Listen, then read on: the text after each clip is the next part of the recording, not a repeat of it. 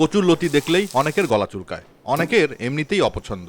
লতি এড়িয়ে চলা মানুষগুলোর জন্য একটা ভিন্ন স্বাদের রেসিপি দেখাই। সামান্য লবণ আর হলুদ দিয়ে পানি টকবক করে ফুটিয়ে নিয়ে কাটা লতিগুলো ছেড়ে দিতে হবে। এই পানিতে ভালো মতো নেড়েচেড়ে লতিগুলো ভাপিয়ে নিতে হবে। পানি আবার ফুটতে শুরু করলে আলগা করে পানি ঝরিয়ে লতি তুলে ফেলতে হবে। বেশিক্ষণ রাখলে লতি খানিকটা সেদ্ধ হয়ে যেতে পারে। ভাপা লতি একটু ঠান্ডা হলে লবণ হলুদের গুঁড়া আর সর্ষে বাটার সাথে একটু সর্ষের তেল দিয়ে ভালো মতো মাখাতে হবে। সর্ষে বাটার সময় একটু কাঁচামরিচ দিলে স্বাদ আর গন্ধ দুটোই ভালো হবে। এবার মাখানো লতিগুলো মাঝারি আঁচে ভাজা ভাজা করে নিতে হবে। খেয়াল রাখতে হবে আধা সেদ্ধ হয়ে গেলেই ভাজা শেষ। ভাজা লতিগুলো আলাদা একটা পাত্রে তুলে রাখতে হবে।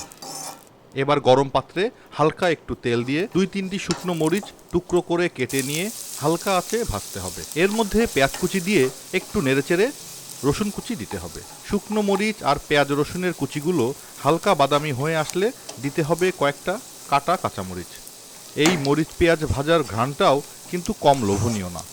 এবার তুলে রাখা লতিগুলো ছেড়ে দিয়ে আবার ভালো মতো নেড়েচেড়ে সব কিছু মিশিয়ে নিতে হবে। হালকা আঁচে রেখে রেখে ভাজা ভাজা করতে হবে লতিগুলো।